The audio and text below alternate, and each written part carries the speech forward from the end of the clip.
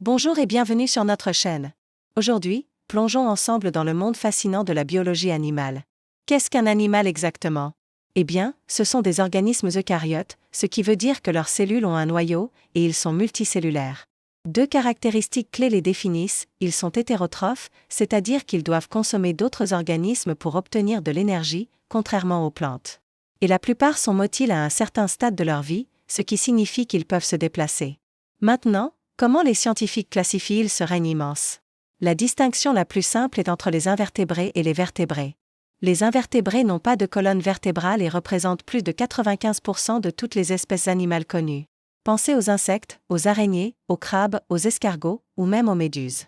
De l'autre côté, nous avons les vertébrés, qui possèdent une colonne vertébrale.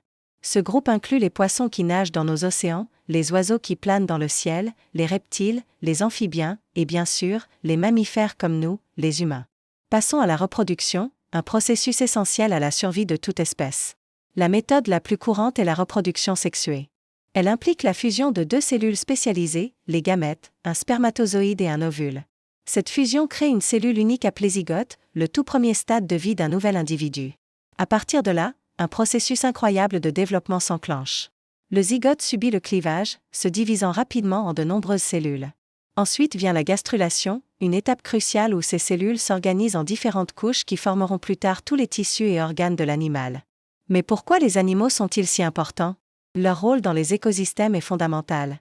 Ils sont des maillons essentiels de la chaîne alimentaire, que ce soit en tant que prédateurs, proies ou décomposeurs.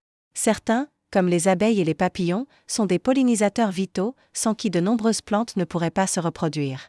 Pour nous, les humains, leur importance est tout aussi grande. Ils sont une source de nourriture, ils nous aident dans la recherche scientifique pour comprendre la biologie et développer de nouveaux médicaments, et bien sûr, ils sont nos fidèles compagnons, apportant joie et réconfort dans nos vies. Voilà un aperçu rapide du monde animal. Il y a tellement plus à découvrir. Si cette vidéo vous a plu, n'oubliez pas de laisser un pouce bleu, de vous abonner et d'activer la cloche pour ne manquer aucune de nos prochaines explorations scientifiques. Merci d'avoir regardé et à très bientôt.